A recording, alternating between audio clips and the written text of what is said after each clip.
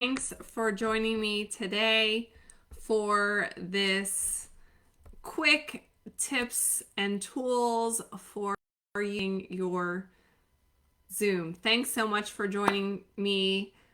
I just want to give you some tips and tools so that you can have successful live videos, Zoom and virtual chats, and really come across professionally.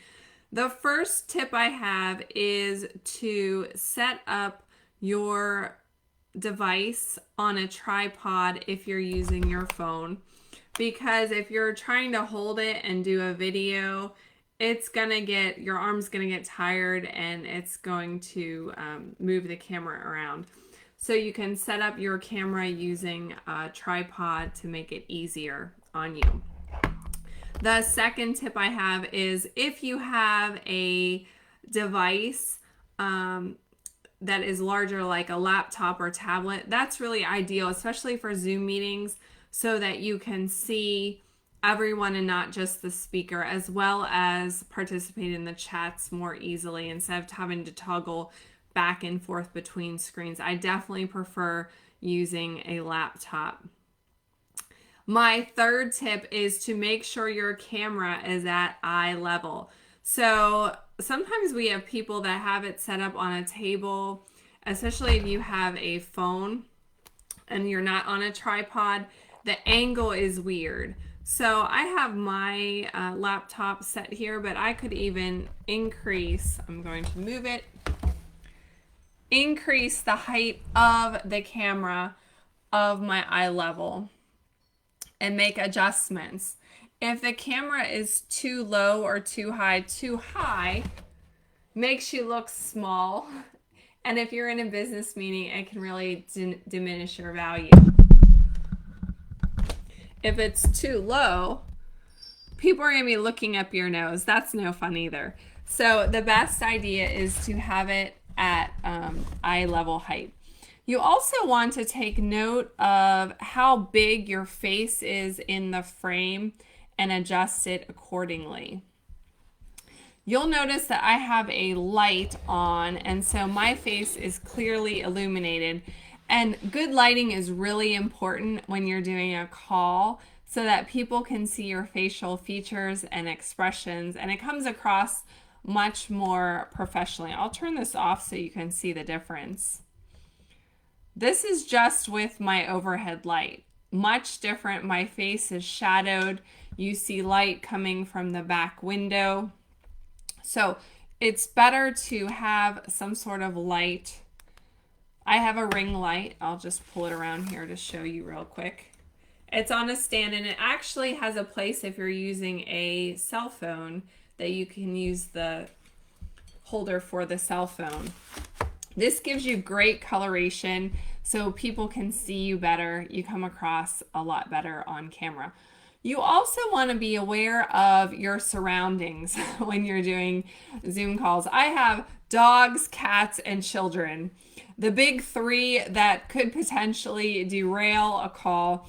Never fails if I don't put my cats up and I'm doing a workout, they come onto my workout mat or walk in front of the camera.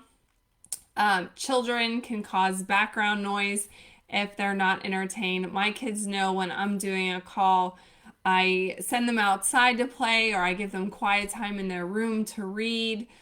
And I let them know that I'm doing a call so that they don't interrupt me. This is really important because you don't want to be interrupted, especially if you're on a business call. You also want to make sure that animals are put up as well, like I put my dogs away when I'm doing calls, so that there's no barking or background noise. The background noise can be really distracting. I have no carpeting in my home, and so I can't have kids or a husband putting away dishes in the kitchen or doing those types of activities when I'm doing a call, because it can be heard by the people that I'm speaking with. So planning to limit background noise, whatever that noise may be, to ensure a good quality call. If you are participating on a call from a private venue, or a public venue rather, A place that is noisy, that has street traffic, or a busy cafe is probably not a good place to lead a meeting, because you do not want to have all that excess noise. Other tips for meetings, in addition to making sure that you have good lighting, is the background, to minimize and be aware of what is in your background of your screen. So I do have mess on my desk, but you can't see it in my video. I'm aware of what's behind me in the surroundings. It's not a busy environment. So you just want to be aware of what you're viewing in the background. I've had people on business calls with me, and their background is their home bar and their alcohol bottles are behind them, or whatever else. Maybe you have a mess or whatnot. You want to try to minimize all of that in the background to come across as professional as possible. If you do have to get up away from your screen during a Zoom type event and you're not facilitating, you can turn off your camera before you get up. Make sure you have a nice picture of yourself as your profile picture so that when you disconnect the camera, they can still see your face. You also want to make sure that if you're participating in a Zoom type call that requires input of a name, that you put your name in there correctly. If you're sharing a Zoom account with someone, sometimes I am doing business meetings and a shared account comes up with somebody else's name, or it might say Kella's iPhone. I don't want them to know whether I'm calling in on my iPhone or my tablet. I'm going to put my name, Kella Price. Also important is that when you're not the facilitator on a call, that you mute yourself. Have your screen with your video and be attentive during the meeting. But when you're not speaking, mute yourself, because that background noise can impede a good quality recording. It can bring, if you're on Zoom, it will bring the focus of the camera and the recording on you. And if you're not the speaker, that can be really distracting to the audience.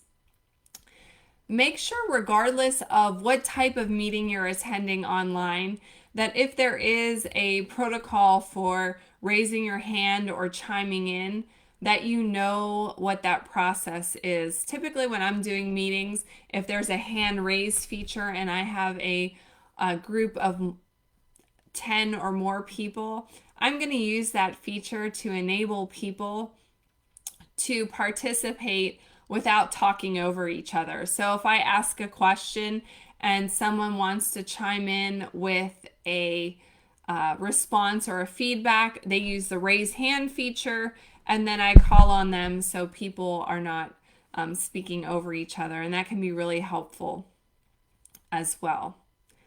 Thank you so much. I hope these tips were helpful. I hope you can have effective meetings using these tips and tools. I'll see you soon.